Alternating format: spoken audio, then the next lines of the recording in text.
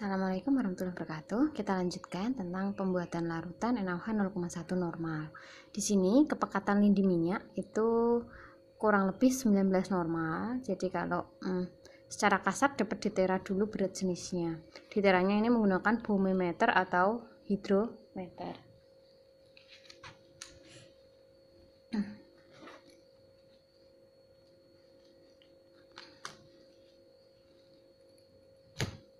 Kemudian ini nanti bisa dikonversi ya dari tabel, nanti bisa dikonversikan atau apa istilahnya, kita cari nilai berat jenisnya, kemudian kadarnya ya, dari berat jenis ke kadar.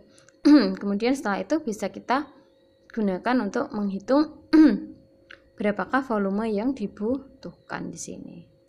V1N1, V2N2. Pakai molaritas juga bisa, gitu ya.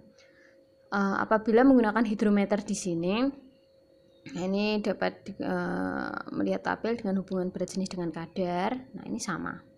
Ini rumus jadi ya, rumus jadi. Jadi nanti kita pakai 2 langkah juga bisa. 2 langkah itu dari, udah nanti Bu contohkan saja ya. Ini hanya lambang saja. Maaf, kalau K itu artinya kadar, BJ itu berat jenis atau sama dengan rho, sama dengan densitas, itu sama. Kemudian ini X volume yang diencerkan, ini volume, V volume larutan yang akan dibuat berapa mili, dan ini normalitas larutan yang akan dibuat. Gitu. Kemudian ini dia bisa diukur dengan gelas ukur atau ditimbang dengan neraca kasar, masukkan dalam labu ukur sekian. Nah, ini kenapa kok boleh pakai gelas ukur gitu? Karena di sini nanti dia ada proses standarisasi. Tapi meskipun demikian, kalau kalian Ibu sarankan tetap pakai labu takar dan pipet volume gitu ya. Tetap pakai labu takar dan pipet volume. Kita tidak terlalu menyarankan dengan gelas ukur karena takutnya nanti akan melenceng jauh ya konsentrasi yang kita inginkan dengan konsentrasi yang kalian buat gitu. Konsentrasi yang sebenarnya dengan yang kalian buat. Oke, berikutnya standarisasi ini dulu sebentar. Nah, KOH tidak dapat dimurnikan karena kalium karbonat mudah larut dalam lindi pekat. KOH dibubui bubur kapur, CaO ya, dari CaO itu batu kapur atau CaCO3 gitu. CaO. Kemudian campuran itu dibiarkan lagi hingga mengendap, bagian atasnya dapat diencerkan sebagaimana mestinya gitu. Kemudian untuk mengencerkan larutan ini tidak boleh digunakan air suling biasa, mengandung banyak CO2. Jadi air suling yang dipakai itu air suling yang sudah dididihkan. Dengan kalau dia mendidih, dia kan sudah menghilangkan CO2-nya pada aquades tersebut gitu. Kalau tidak, ini airnya dapat dibiarkan beberapa hari dalam botol yang disumbat dengan kapas. Sudah gitu. Penetapan kenormalan dengan asam oksalat. Nah, kita biasanya kalau NaOH itu pakainya dengan asam oksalat ya. Di sini dengan asam oksalat. Di sini asam oksalat dengan NaOH akan menghasilkan, ini asam oksalat ya, boleh ditulis COOH 2 kali. NaOH boleh juga ditulis CH2C2O4, itu sama gitu. Di sini nanti hasilnya akan Na2C2O4 tambah H2O. Nah, oke, indikatornya nanti PP karena si asam oksalat ini adalah asam lemah, NaOH-nya basa kuat. PP itu kan dia perubahan warnanya dari 8,3 sampai 10. Jadi ketika nanti pH-nya itu mencapai 8,3, dia akan berubah warna menjadi merah muda. Nah, ini bahan yang diperlukan asam oksalat dihidrat atau H-blur sini ya. NaOH 0,1 normal.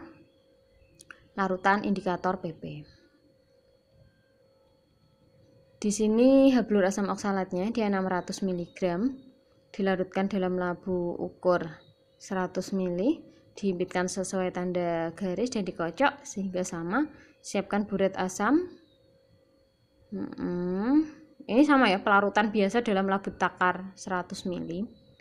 Sudah dibuat seperti biasanya.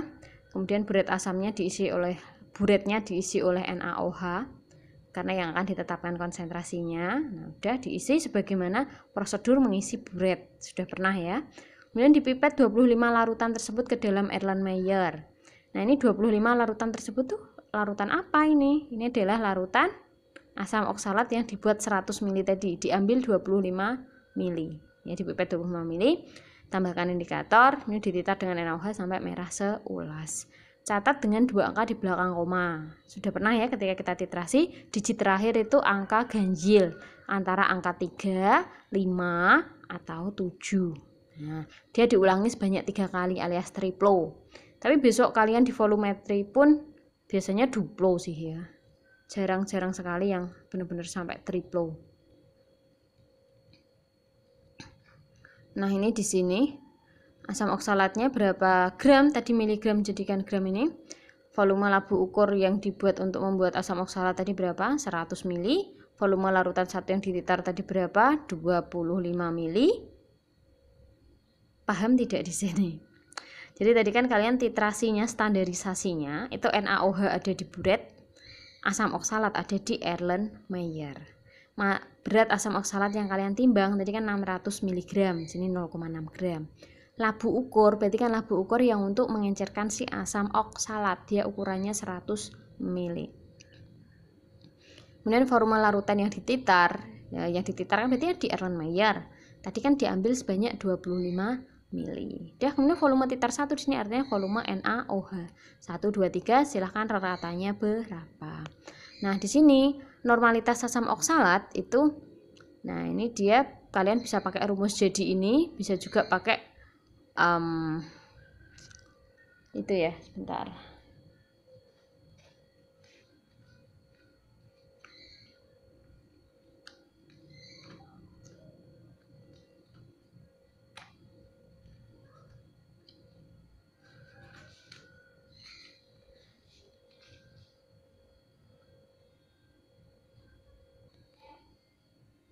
Oke, ini normalitas asam oksalat.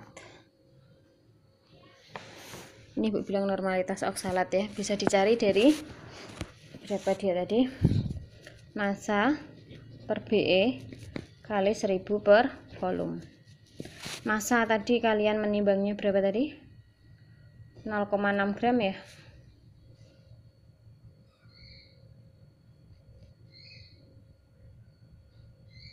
Oke, 600 mg berarti 0,6 gram.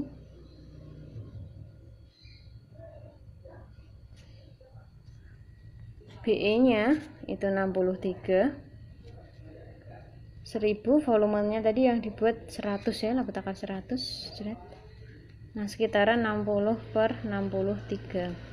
Bla bla bla normal. Ingat, 4 angka di belakang koma. Kemudian berikutnya, ini kan dari normalitas asam oksalat ya. Nah, kita titrasi di situ titrasi asam basa itu kan sama dengan penetralan juga. Namanya rumus titrasi itu pasti di sini penetralan N1V1, N2V2. Kalian mau yang satu ini adalah oksalat, asam oksalat, yang dua di sini sebagai NaOH, boleh gitu ya.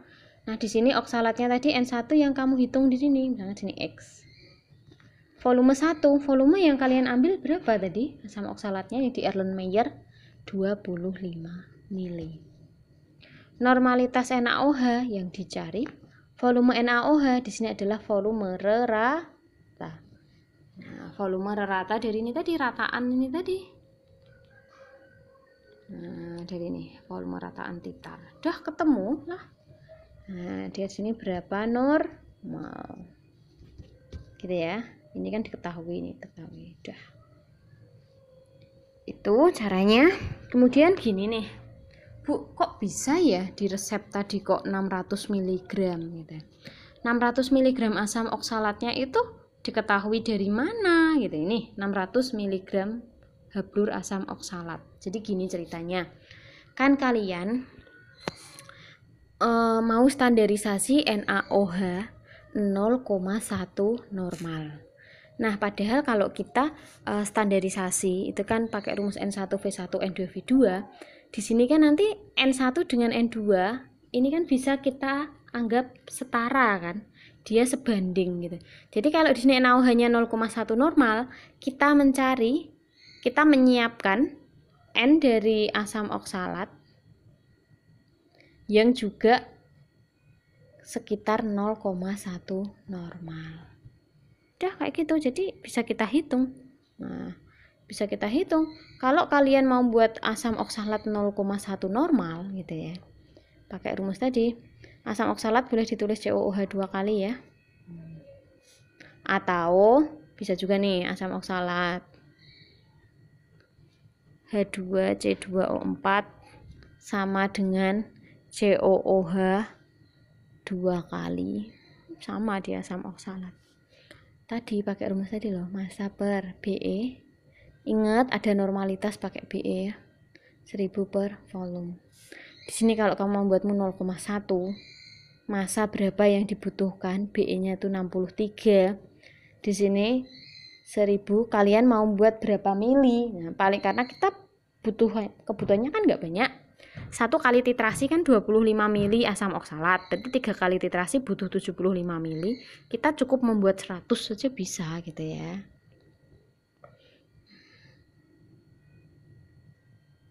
Nah, di sini kali silang ya. Berarti kan 6,3.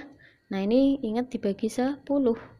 Berarti massa yang kita butuhkan adalah 0,63 gram. Nah, karena di sini angkanya 0,63, nah kita di sini pembulatan ya, mendekati gitu, 600 mg. Bukan 630 mg. Berarti kalau pengen yang lebih mendekati lagi harusnya 630 mg ya. Ini gitu. Jadi dari situ ceritanya kenapa kok bisa 600 mg.